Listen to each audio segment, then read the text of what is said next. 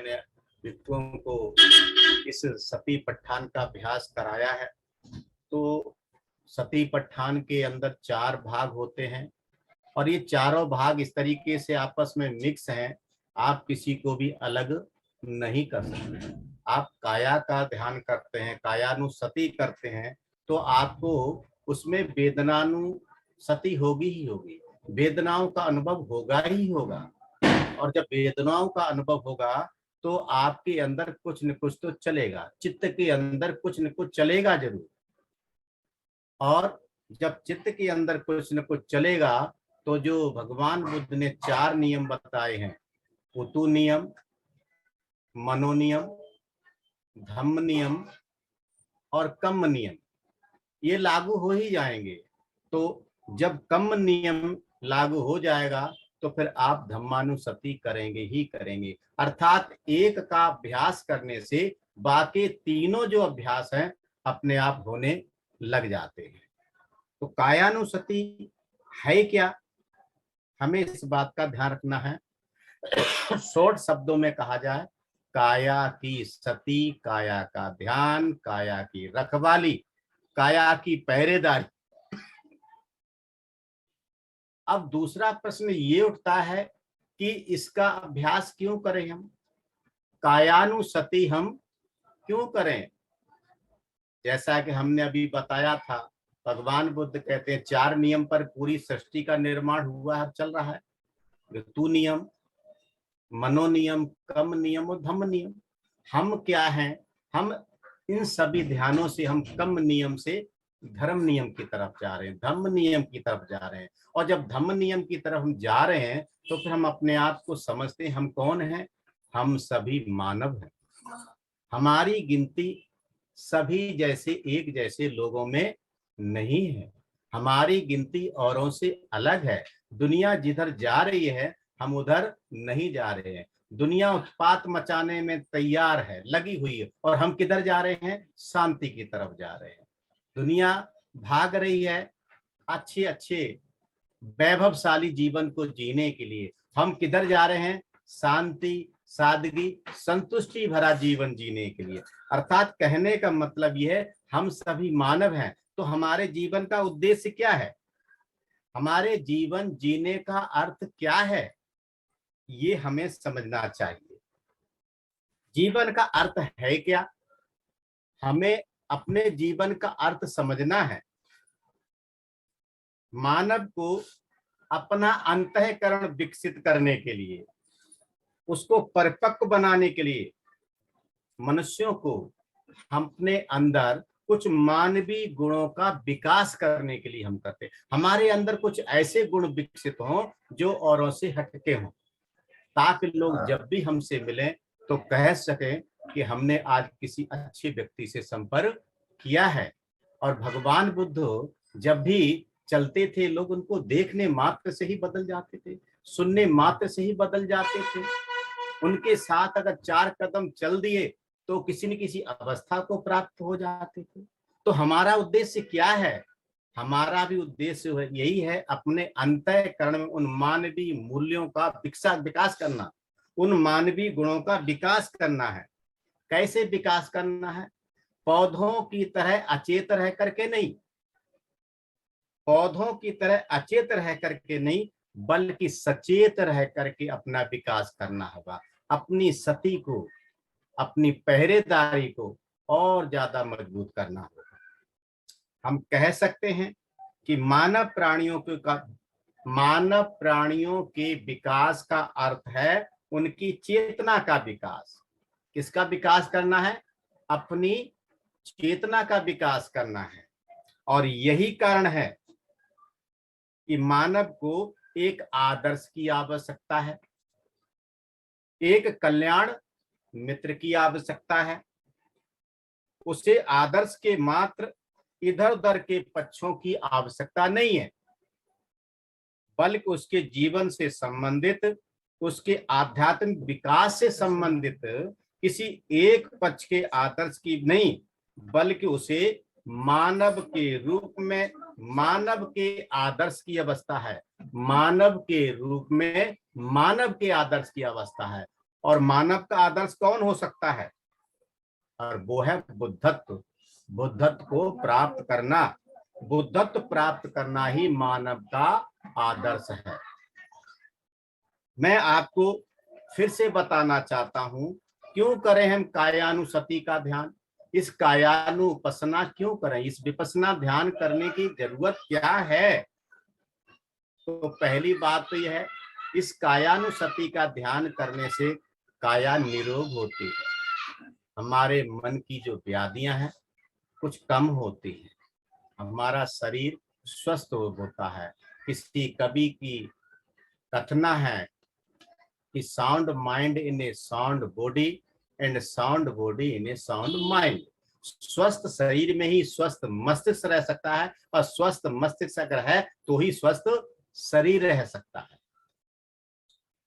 दूसरी बात यह है कि मन को परिशुद्ध करने के लिए, अभी बताया ना, sound body in sound mind, मन को परिशुद्ध करना होता है। यहाँ मन परिशुद्ध होता है, मन अच्छा होता है। जब जब भी हम भगवान बुद्ध की शिक्षाओं को सुनते हैं तो हमारा मन पहले जैसा नहीं रहता है। जब जब भी हम कोई सा भी ध्यान करते हैं तो हमारा पहले जैसा मन नहीं रहता है।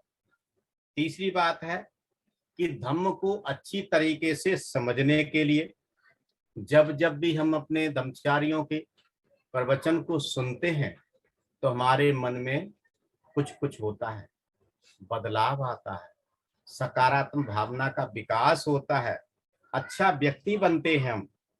तो पांचवी बात क्या है? अच्छा व्यक्ति बनने के लिए हम इस कायानुसति का ध्यान करते हैं। अगली बात यह है कि अपने मन का प्रशिक्षण करते हैं हम, अपने मन का करते हैं, दूसरे का नहीं। सातवीं बात यह है, काया में भीतर क्या है और बाहर क्या, ये हमें अच्छी तरीके से एक वीडियो की तरह दिखाई देता है। अपने मन चक्षुओं से अपने काया के भीतर के जो अंग हैं, उनके जो तंत्र हैं, वो सारे अंग हमें दिखाई देते हैं। उनके अंदर अच्छा क्या है, बुरा क्या है, मल क्या है, उसकी उत्पत्ति कैसे, उसका विनाश कैसे है, उसका आना कैसे है, जाना कैसे है, वो हम अच्छी तरीके से अंदर और बाहर हम देखते हैं। अगली बात यह है कि हमारे जीवन का उद्देश्य क्या है, हमारे जीवन का उद्देश्य क्या है, हमारे जीवन का हेतु क्या है, हम इस दुनिया में क्यों आए हैं, ये ध्यान के माध्यम से हमें पता चलता है। साथ ही साथ हम अपनी तृष्णाओं पर कार्य करते हैं। यहाँ पर हमारे मन के अंदर किस तरीके की तृष्णाएं चल रही हैं। नौवीं बात है, प्रतीत समुत्पाद क्या है, ये जानने के लिए करते हैं।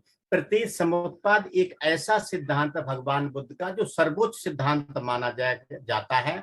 ये बगैर ध्यान के कभी भी समझ में आने वाला नहीं, जिसको कहते हैं कार्य कारण का सिद्धांत।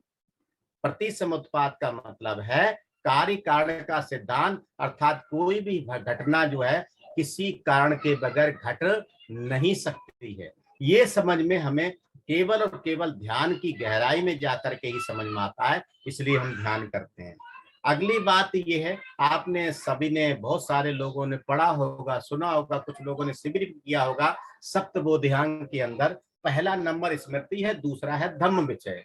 तो धम्म विचय करने के लिए हम ध्यान करते हैं। कुशल क्या अकुशल क्या, जो भी हम अपने जीवन में काम करते हैं उसमें क्या कुशल है क्या अकुशल है, कितने अच्छे कर्म कर रहे हैं, कितने हम बुरे कर्म कर रहे हैं, इसका पता केवल और केवल ध्यान से ही चलता है। अगला जो हमारा है, विचारों व अनुभवों का आदान प्रदान करने के लिए हमारे बीच में जो भी धर्मचारी आते हैं वो अपने अनुभव शेयर करते हैं, और सभी के अनुभव अलग अलग होते हैं।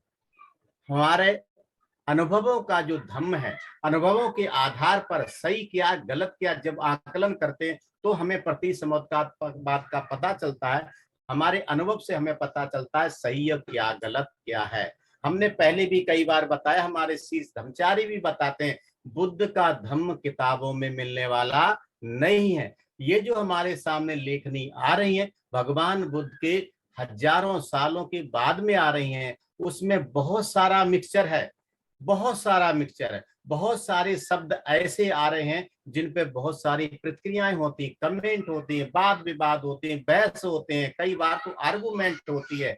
तो उसको समझने के लिए, उसको जानने के लिए केवल और केवल ध्यान ही है। और ये हमें पता चलता है किससे? कायानुसति से। क्योंकि मैंने पहले भी बताया, कायानुसति का अभ्यास करते हैं तो कुछ कुछ होता है, फीलिंग्स होती हैं, वेदनाएं होती हैं, वेदनाओं का ध्यान करते हैं, चित्त में क्या क्या चल रहा है वो पता चलता है, और जब चित्त में क्या क्या हो रहा है ये पता चलता है, और वहीं से निकलता है धर्म, धम्मानुसति होती है। तो ये सब अभ्यास हमारा कायानुसति करने से ही, करने के बाद हमें पता चलता है। हमने कई बार बताया है, हमारे बीच में बहुत सारे धर्मचारी आते हैं, अलग अलग तरह के अनुभव बताते हैं, और उन अनुभवों के आधार पर जब हम उसी तरह से हम जब ध्यान करते हैं तो हमारा अनुभव उन्हीं के जैसा रहेगा, इसकी कोई गारंटी नहीं है। हमारा अनुभव उन सभी से अलग हो सकता है। यहां से हमें पता चलता है क्या? सत्यता, यानी कि धर्म, यानी कि हम सत्यता का पता करने के लिए, सच्चाई का पता करने के लिए ध्यान करते हैं। जैसे कोई वैज्ञानिक है, बगैर प्रैक्टिकल किए थ्योरी पर भरोसा नहीं करता, इसी तरीके से जो भी ध्यानी लोग हैं, जो भी साधक लोग हैं, मात्र किताबों को पढ़ने से संतुष्ट नहीं होते हैं, उनके ऊपर चिंतन मनन करते हैं, ध्यान करते हैं, विपස්සना करते हैं। जब जाकर के जो उनके अनुभव के आधार पर जो सत्य सिद्ध होता है, तब उसको मानते हैं। अंतर्दृष्टि प्राप्त करने के लिए ध्यान करते हैं, सम्मोधि प्राप्त करने के लिए ध्यान करते हैं, सच्चा शरण गमन करने के लिए ध्यान करते हैं, अंतिम शरण गमन करने के लिए, अर्थात सच्चा और अंतिम शरण गमन करने के लिए हम ध्यान करते हैं। तो ध्यान करने के लिए हमें क्या करना चाहिए? है ना? बहुत आसान है। जहां आप जैसे हैं, जैसी अवस्था है वैसे बैठिए, पालथी मार करके बैठिए। आप वज्रासन पर बैठ सकते हैं, पद्मासन पर बैठ सकते हैं, अर्ध पद्मासन पर बैठ सकते हैं। आपके पीठ में, घुटनों में, कमर में दर्द है तो कुर्सी पर या सोफा पे, आराम चेयर पर भी बैठ सकते हैं। ये आपके मन की अवस्था, आपके शरीर की अवस्था से संतुलन करने के लिए हम बैठते हैं। ये जरूरी नहीं है कि आपको जमीन पर ही बैठना है। आपका शरीर क्या, आपकी उम्र क्या, आपकी अवस्था क्या, शारीरिक संरचना कैसी है आपकी, आपको उसके आधार पर कहीं भी बैठ सकते हैं। तो आपको चाहिए क्या? अगला हमारा काम कैसे होगा? हमने पहले ही बोला, कई हमारे धर्मचारी बताते हैं, नागरत्न जी बताते हैं कि हमारे 50% की गारंटी है केवल और केवल मात्र अच्छी तरीके से बैठने से। अगर आपकी बैठक अच्छी है तो समझ लो आपका 50% ध्यान सफल है। बाकी क्या करना 50% के लिए? तो उसमें आप थोड़ा सा एक काम और कर सकते हैं, बुद्ध की शिक्षाओं को ग्रहण कर सकते हैं, उनके बारे में चिंतन मनन कर सकते हैं। जैसे वर्तमान में मैं बता रहा हूं, ये सब बुद्ध की शिक्षाओं को ही तो बता रहा हूं। आप इन शिक्षाओं को ग्रहणशील हो सकते हैं, सुन सकते हैं कि जो अभी अभी जो हमें बताया गया है, इसका मतलब क्या है, इसका महत्व क्या है, इसको मैंने कैसे समझना है। अगर ये आपने किया तो समझ लो आपका ध्यान अच्छा होगा। बाकी जो ध्यान है, जो जो भी बताया जाता, जिस विषय पे बताया जाता, उस विषय को ध्यान में रख करके और अपनी स्मृति को बिल्कुल ठीक सामने रख करके अगर करते हैं तो मुझे लगता है कि हमारा ध्यान बिल्कुल सही दिशा में जा रहा है और बिल्कुल अच्छा होगा, और उसका परिणाम भी अच्छा होगा।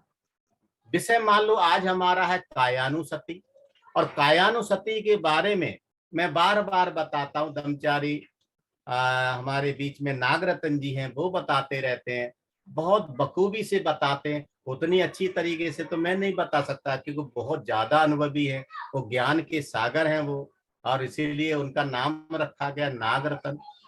तो बुद्ध बग के अंदर भगवान बुद्ध भिक्षुओं को कायानुसति का अच्छा ध्यान करने के लिए क्या बताते हैं, मैं वहीं पर आता हूं लौट के। वो कहते हैं चक्षुणा समरो साधु, चक्षुणा कहते हैं आंख को, चक्षुणा समरो साधु, साधु सोतेन समरो, घाड़ेन समरो साधु, साधु जिह्वाय समरु। क्या कहते हैं कि आंख का संयम करना अच्छा है। आंख का संयम का मतलब क्या है? आंख का सीधा सीधा, आंख हमारी काया में ही है ना, तो आंख का सीधा स्पर्श होता है वस्तुओं से। सामने क्या है उससे जब हमारी आंख टकराती है तो कुछ कुछ होता है, यानी फीलिंग्स होती है। और वो फीलिंग 3 तरह की होती है। कैसी होती है? एक तो ऐसी फीलिंग होती है जो हमें बहुत अच्छी लगती है, हम खो जाते हैं, पागल हो जाते हैं, बार बार देखने का प्रयास करते हैं। जैसे कोई सुंदर पुष्प है ना, जब उसको देखते हैं तो बार बार मुड़ करके उसे देखते हैं, उसकी खुशबू लेने का प्रयास करते हैं, उसकी वेदना में चले जाते हैं, क्योंकि वहां हमें सुखद वेदना होती है, अच्छी लगती है उसकी खुशबू। और कुछ ऐसी वेदना होती है जो कैसी होती है? दुखद वेदना होती है, दुख देने वाली होती है। जब हम किसी गरीब को देखते हैं, बीमार को देखते हैं, बूढ़े को देखते हैं, एक्सीडेंट हुए को देखते हैं, तो हमारे अंदर बहुत करुणा का भाव संचार होता है, दुखद वेदना होती। काश ऐसा ना होता। अगर कहीं मौत हो गई, जैसे अभी हमने 2 को बताया, एक तो बच्चा पैदा होने का उसने दुनिया को ढंग से देखा ही नहीं, आंख ही नहीं खोली और इस दुनिया से चला गया, और जब जब देखते हैं तो बहुत दुख होता है, ये दुखद वेदना होती है। रात को जैसे पता चला, मैं तुरंत छड़ी उठा करके चल दिया, घर वालों रोका, कैसे जाओगे आप चला नहीं जाता है, बच्चों को आ जाने दीजिए, गाड़ी को आने दीजिए। जब आप जाना, नहीं रुका गया क्योंकि बहुत दुखद वेदना हो रही थी, और जब गाड़ी आ गई तो मैं जब तक वहां पहुंच नहीं गया मुझे तसल्ली नहीं हुई। और तीसरी वेदना होती है ना सुखद ना दुखद। ये सही में मैं तो कई बार कह चुका हूं कि यहाँ पर हमारा काम, हमारी सती, हमारी स्मृति ही कई बार काम नहीं करती है, हमें पता ही नहीं चलता है। इसको हम अविद्या भी कह सकते हैं, क्योंकि हमें पता ही नहीं चलता है कि सुखद वेदना है या दुखद वेदना। कैसे है कि अभी दिल्ली में दंगे हुए, कितने लोगों को इस वेदना का अनुभव हुआ कि गलत हुआ? अरे हो गया, जहांगीरपुरी में हुआ होगा, उस जगह पर हुआ होगा, हमारे यहाँ तो ऐसा कुछ हुआ नहीं, यानी इधर से सुना उधर निकाल दिया। ना सुखद वेदना हो रही है और ना ही दुखद वेदना हो रही है। दूसरा हमारा क्या है? आप भगवान बुद्ध कहते हैं साधु, साधु माने अच्छा है, सोते न समरो, कानों का समर करना अच्छा है। कानों का विषय क्या है? शब्द है। जब हमें कहीं डीजे सुनाई देता है तो यहाँ जो बैठे हुए लोग उनको छोड़ करके आमजन क्या करते हैं? बूढ़े तक थिरकने लग जाते हैं, उनको सुखद वेदना होती है और कई बार वो डांस भी करने लग जाते हैं। और मैंने तो देखा भी, हमारे एक मित्र हैं, काफी मुझसे भी 10 साल बड़े होंगे, और वो डीजे पे खड़े हुए, मैं भी बगल में खड़ा, कहते आओ भाई साहब चलो डांस कर लेते। मैंने कहा मुझे तो आता नहीं, मैंने तो कभी किया नहीं। बोले तुम्हारा जीवन ही बेकार है, और कूद पड़े डीजे पर। और जब वो डांस करने लगे तो पीछे से बच्चों ने जाकर के साउंड वाले के पास जाकर कान में बोल दिया, यू बुढ़ा ऐसे हटने वाला नहीं है, मेरे मतलब का गाना लगा दो। तभी साउंड से आवाज आती, हट जा ताऊ पाछे ने, है ना। इसका मतलब क्या है? इसका मतलब यही है कि उनको वहां सुखद वेदना हुई और वो डांस करने लगे, भूल गए मेरी अवस्था क्या है। अगर मैं बाइदे वे गिर गया तो हमें कितना चोट पहुंच सकती है, कितना नुकसान हो सकता है।